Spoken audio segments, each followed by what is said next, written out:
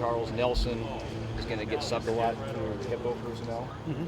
We've got some running backs that can play that same spot on the outside. We got a 4-man rotation. I consider all those guys starters. Devin Allen, Darren Carrington, Dwayne Stanford, Jalen Brown. You mentioned the running backs playing slot. We've heard some mixed messages on that. Are colleges playing defense working there or not? We kind of heard they are. They focus mostly on tailback, but they have the ability to do that. We have sets where they play the slot, and it's just part of the offense. By the time the fourth quarter ends on Saturday, what do you really hope to see or have accomplished, aside from the win, obviously? Well, I hope we're ahead, but you never know. I hope we're ahead. Just the guys are playing hard. And that's all we can ask. As coaches, we try to do the best we can, prepare them and put them in the right situations. But at the end of the day, it's how hard it is. And I feel really good about it. I think our guys are going to embrace it and play as hard as they can. Coach Yost talked about it'll be kind of like Christmas morning unwrapping. See what you have with Dakota. What do you hope to see out of Dakota? Just a continuous progress. He's had a great fall camp. Make good decisions. Be consistent. Take care of the ball. If he does those things, then he'll play well. Sean Neal was talking about how UC Davis's offense is different from what they'll typically see through fall camp or during the regular season. What about their defense? What have you kind of seen? Are they similar to anybody that you might see later on this year? Well, they're experienced. They're bringing I think 7 starters back, and they're sound. They're well coached. The challenge of a first game is you're not exactly sure what you're going to see. We try to prepare for everything and show them the different looks, as many looks as we possibly can. But they do some things similar to our defense, but they do some things different as well, and we've tried to show them all those looks. What's the dynamic going to be like with you and Coach Yost up in the box as far as just play calling and everything like that nature? Sure, just to have, he feels comfortable up in the box, seeing it from the quarterback perspective. So I'm going to rely on him heavily for input, and what the quarterback sees, and along with, eyes on the sideline with Coach Greatwood and Coach Osborne and Coach Cannon. What'd you learn in that Alamo Bowl about just play calling and being up in the box and all that you can take into the season? I think any time you go through any experience, you get a little bit better. I think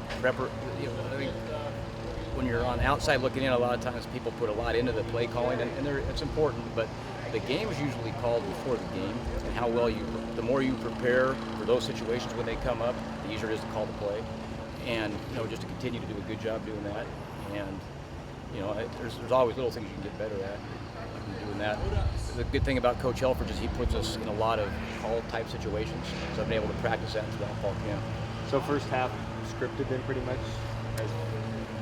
There's things that we want to see. We want to play fast, and there's things that we want to see, but you have to be able to adapt to situations, and that's what, going back to practice, we get it all the time. Hey, you got 20 seconds, or hey, it's 3rd and 15 when you didn't know what was coming. So you got to be able to think fast, but if you practice those situations when they actually come up, it's not as hard as you think.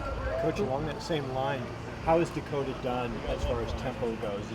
Is he fast? Is he adaptive? He's been great. That's been one of his strengths. Is he's really bought into that and driven the tempo.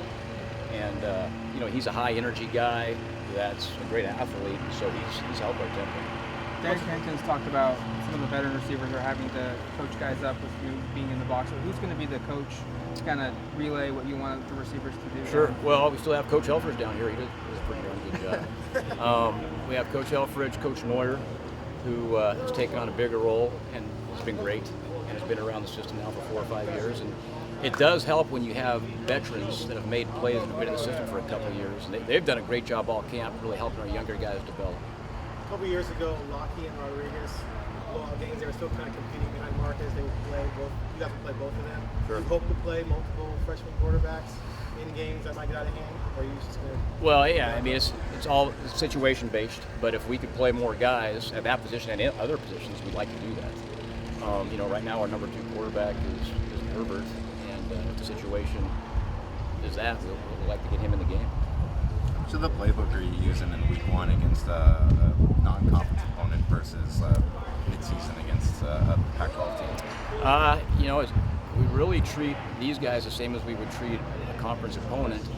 We figured out how we can attack them, and then use that part of our playbook, and which we would do against Stanford or Oregon State. We would do the exact same thing. So it doesn't really change. Bottom line is we got to try to win a football game or whatever it takes, and that's our attitude going into every game. Going into the game, you and Coach Helfrich sit down like, all right, by this much, or at this point in the game, we're going with Herbert at this point? That's kind of a feel thing, that's something that we talk throughout the game. There's so many factors that go into how the game's going, how the other guy's playing. There's a whole bunch of factors, so that one's really hard to play out until the game starts. Last year, first game of the season, Vernon kind of freak deal, broke his finger in the first game. Do you play call, keeping in mind we got to keep Dakota Prukop healthy for this specific game, given that we got all this Pac-12 stuff ahead of you in Nebraska and everything? No, I mean we're calling whatever he does well. That's what we're going to call. And we really are. We feel like we've got capable backups if something does happen. The nature of the business is something might happen. You got to be prepared for it. And if the next guy goes in, we're not really paring down our playbook. And we feel really good about our quarterback situation because they can, like Herbert can run the football and he can throw the football. And Terry Wilson can run the football and throw the football along with Dakota. So it's not like, well, you have to change your game plan when one guy goes in. We can still have the same game plan, whoever's in there. Coach, I know sometimes some coaches say we'd like one more meeting or one more day of practice. Are you guys set to go? Are you guys really at that point? I hope so. No, we are. We've had, especially with the first opponent, you have extra time. We had all summer long to kind of, I think that's part of football is when you prepare in the summer is kind of looking at your first three, putting just a skeleton, a game plan together. And so we've done that, and you have extra days. So our guys are ready to roll. Our guys are really ready to roll, and our defense has made us better by the way they compete, but you also want to play against somebody else, and you can feel that mindset with our guys. And they're excited to play somebody else. How different is that defense though this year? From UC Davis's? No, Oregon's defense. Our defense as compared to last year? Yeah. I want to give away a game plan secret to those guys. I think we've improved from a depth standpoint and experience. We were really young, for example, in the secondary last year, and all those guys have got a lot better. And they've done some things that have made us have answers. And so it's been good. They've made us better, and I'm excited to see how they play Saturday. When Steve signed the 2015 offensive line class, like Lemieux and Hansen and Throckmorton, did you guys expect that they could be starting as redshirt freshmen, or are they maybe ahead of schedule of their development and where they are at? I think anytime you sign a guy, you think they're pretty good. Right. When you always have high expectations, but for those three guys to come in and be in basically starting roles, that's a big deal. And so that one thing, they had talent come in here, but they have to adjust, they have to embrace it, they have to understand the system, and they have to have some confidence. And that's where I've seen a huge deal with those guys since spring till now is they're playing with a lot of confidence. They're not playing like freshmen. Can you remember a time where you coached at a program that's had three freshmen along the offensive line? No, but I'm pretty bad at keeping track of things like that. I've been around programs where we played some young guys. We played 4 freshman receivers. We played a freshman quarterback. And really, when it's said and done, it doesn't matter when the ball's kicked off. It doesn't matter if he's a freshman or senior. We're expecting that guy to get the job done. And our guys, like I said, I'm excited to see how those guys are going to pull. What's the biggest adjustment for those guys? That first game at college level, what do you see that? I just think maybe the emotions. And so what we talked about, well, how do you battle the emotions? Just focus. Focus on your assignment, get the signal, and play as hard as you possibly can. That kind of makes everything else second nature. And if we can do that, and they play with great focus. We've tried it as coaches. We've tried to put them in as many hectic situations as possible, where they got to fight through things. And we talk about mental toughness, to be able to block things out and play full speed, no matter what the score is, no matter how tired you are, no matter what the situation is. And so we've done as good a job as we think we could to prepare him for that. Right. But when you get out there, it's still different. But from what they've shown in practice, I think they're going to do really well. Do you think they might be battling any kind of nerves in that first game? Three Sure. guys making their collegiate debut. Oh yeah, that's natural. That's natural. But they haven't shown it in practice. And again, because they have a lot of confidence, and the reason they have a lot of confidence is because they're having success. So when you have success and you have confidence, that helps the old nerve issues. I can't pronounce his last name correctly. Casey Eugenio? Is that Eugenio? Eugenio? Yep. Eugenio. What? Yep. Close. What did he do to make the depth chart as a walk-on? Tremendous work ethic, and does it all. So we'll put him as a helper on special teams, and he beats the starters.